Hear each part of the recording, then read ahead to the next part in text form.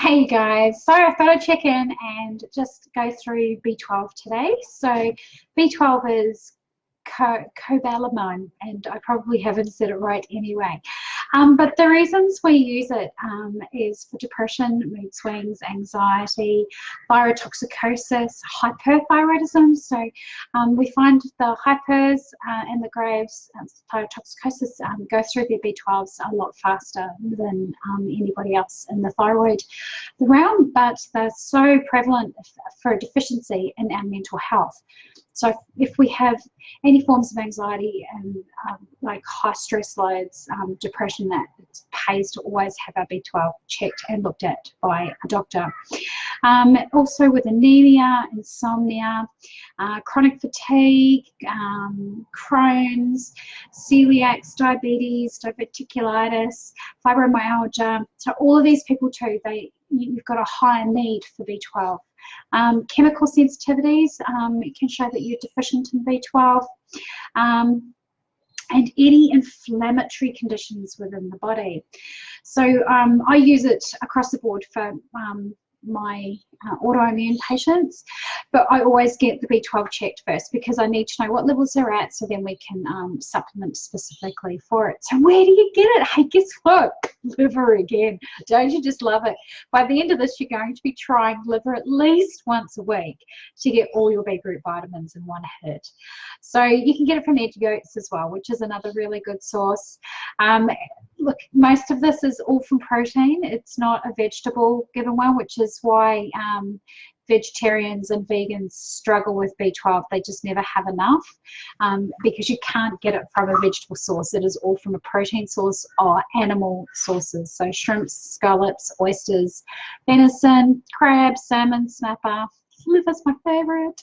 And you can get it from red meat. So, and it does. So B12 is really important for digestion because, well, the digestive process, because you've got to have it broken down by intrinsic factor in the digestive system, in the stomach, and then it's halfway down through the small intestine where it actually gets absorbed into the body. So you've got to have both working sufficiently, and you've got to have enough in the diet. So what does it do? It regulates your circadian rhythm. So this is your sleep-wake cycle. It improves your concentration. It helps with mental health, alertness, and sleep quality. So it works in conjunction with folate, which is our B9, and our B6 to regulate all our homocysteine levels and our risk factors for cardiovascular disease.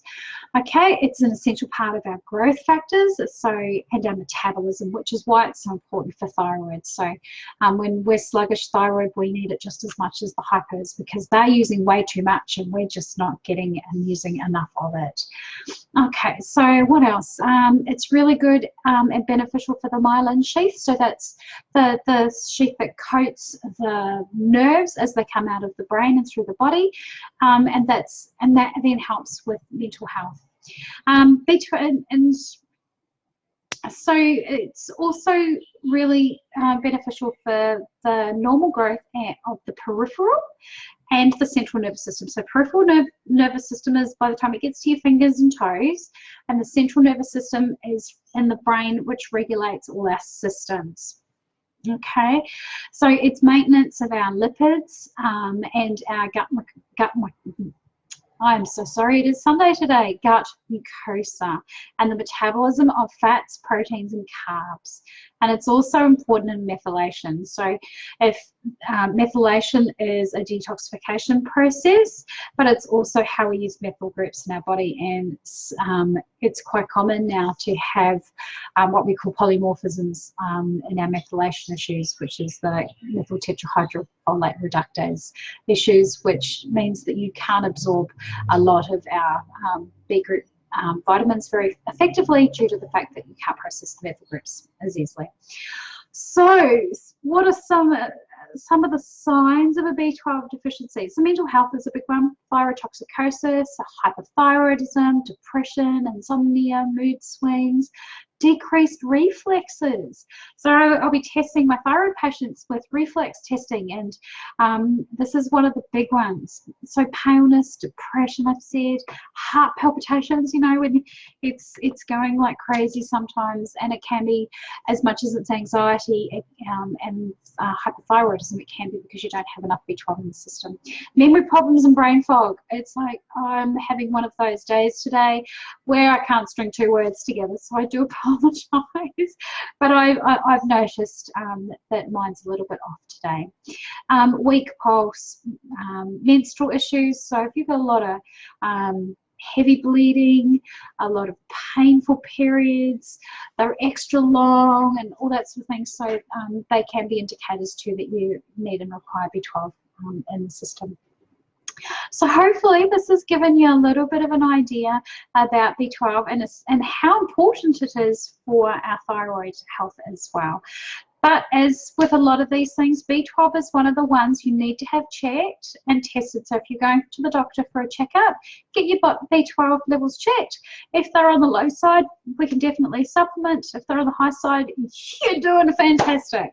All right, guys, that's me for today. I will catch up with you again tomorrow.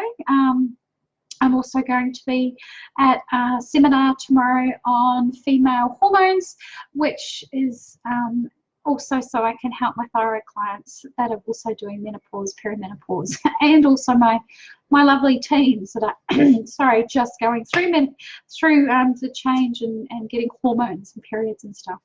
So bring it on, and I'll do a live from that tomorrow. That'll be really cool. All right, take care. Have a fantastic rest of the weekend. Okay, bye.